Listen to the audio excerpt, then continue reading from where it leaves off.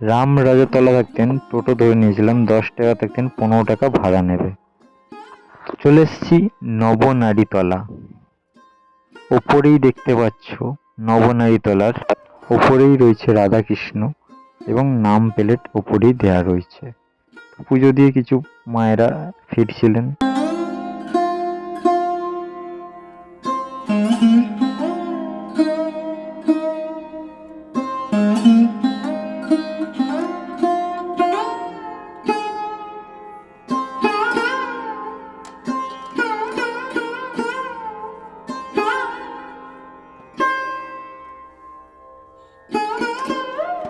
মন্দিরের ঠিক বাঁদিকেই রয়েছে কৃষ্ণকালী মায়ের বিগ্রহ।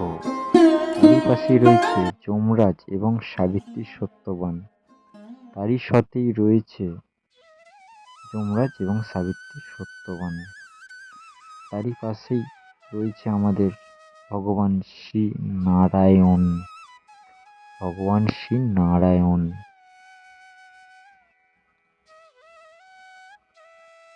তার ঠিক বাঁদিকে একটু লম্বা দূরত্বে রয়েছে প্রত্যেকটা বিগ্রহ।